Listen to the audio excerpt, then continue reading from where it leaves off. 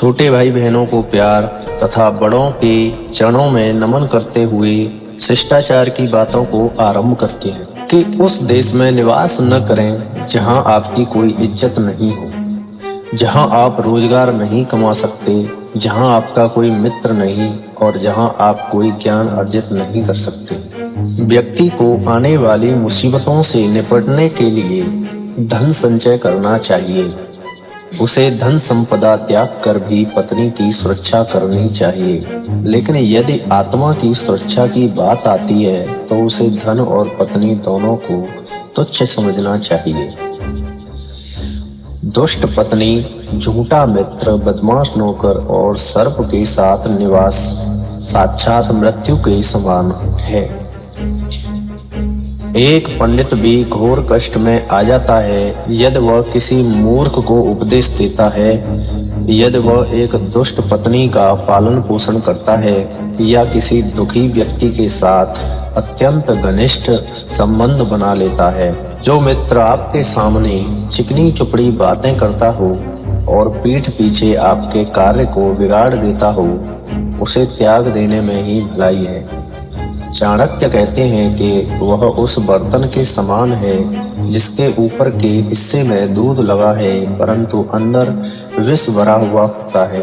चाणक्य का मानना है कि वही गृहस्थी सुखी है जिसकी संतान उनकी आज्ञा का पालन करती है।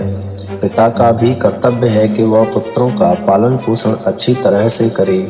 इसी प्रकार ऐसे व्यक्ति को मित्र नहीं कहा जा सकता है जिस पर विश्वास नहीं किया जा सके, और ऐसी पत्नी व्यर्थ है जिससे किसी प्रकार का सुख प्राप्त न हो।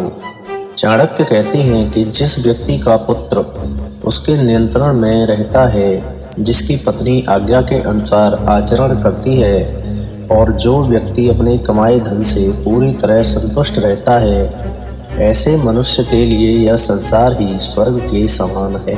भोजन के लिए अच्छे पदार्थों का उपलब्ध होना, उन्हें पचाने की शक्ति का होना, सुंदर स्त्री के साथ संसर्ग के लिए काम शक्ति का होना, प्रचुर धन के साथ साथ धन देने की इच्छा होना, ये सभी सुख मनुष्य को बहुत कठिनता से प्राप्त होते हैं। झूठ बोलना, उतावलापन दिखाना, दुस्साहस करना, छल कपट करना, मूर्खतापूर्ण कार्य करना, लोभ करना, अपवित्रता और निर्दयता, ये सभी स्त्रियों के स्वाभाविक दोष हैं। चाणक्य उपर्युक्त दोषों को स्त्रियों का स्वाभाविक गुण मानते हैं। हालांकि वर्तमान दौर की शिक्षित स्त्रियों में इन दोषों का होना सही नहीं कहा जा सकता है। संकट काल के लिए धन बचाएं, परिवार पर संकट आए तो धन कुर्बान कर दें, लेकिन स्वयं की रक्षा हमें अपने परिवार और धन को भी दांव पर लगाकर करनी चाहिए।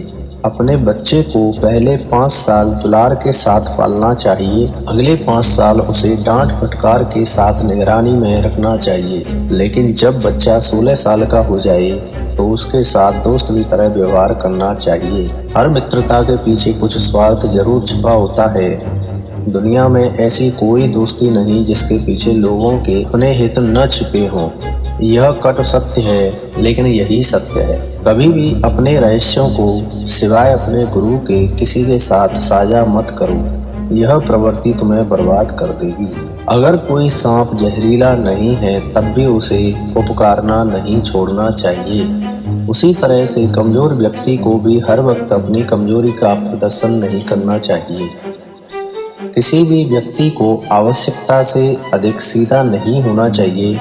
वन में जाकर देखो, सीधे तने वाले पेड़ ही काटे जाते हैं, टेढ़े को कोई नहीं छूता।